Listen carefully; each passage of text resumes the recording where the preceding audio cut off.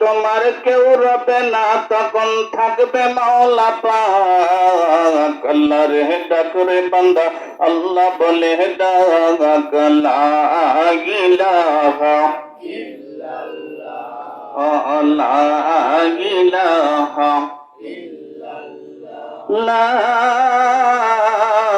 ইলাহা ইল্লাল্লাহু মুহাম্মাদুর রাসূলুল্লাহ।